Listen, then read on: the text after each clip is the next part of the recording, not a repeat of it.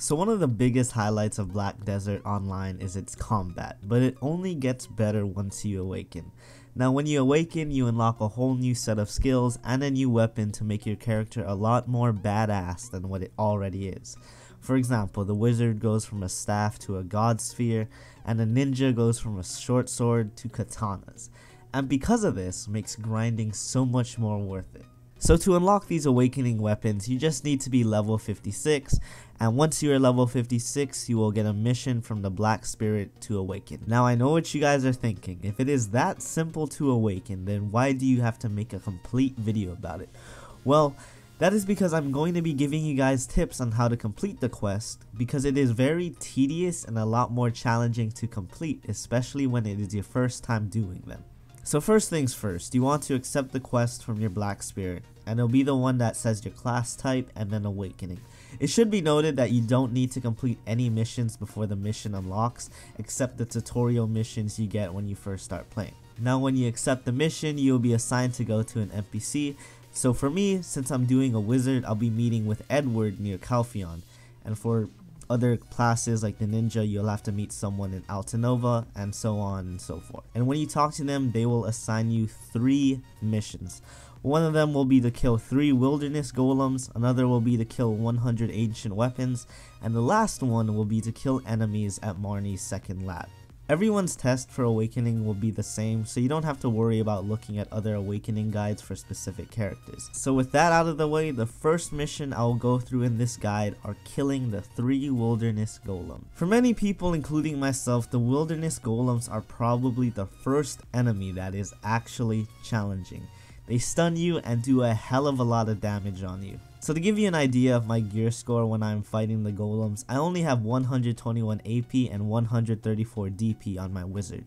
With that said, I would recommend having a lot of health potions. So when you fight the golems, you really just need to be good at dodging. The golems are pretty predictable when you get the hang of it.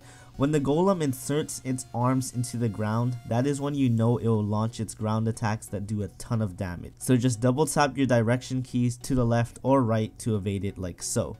But just know that if you do get hit, it will stun you and hurt you quite a bit.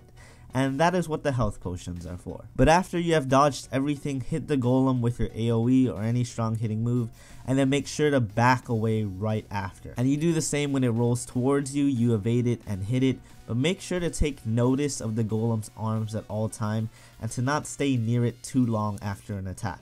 It took me about 4 minutes to kill one golem, but you pretty much rinse and repeat.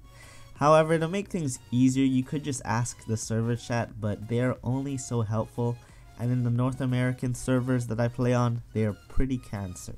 So moving on to the next mission, you'll need to kill 100 ancient weapons. And these are like mini golems. They can be hard hitters but aren't too painful to kill, and they have attacks that slow you down when running and can knock you out of doing your AoEs, so be mindful of that. But other than that, just make sure to have a lot of health potions again, and you are pretty much set. Now when you go to the last mission where you are at Marnie's second lab, this is pretty much RNG based. You have to kill the specified enemy, but the game will only count that you killed the enemy if it wants to.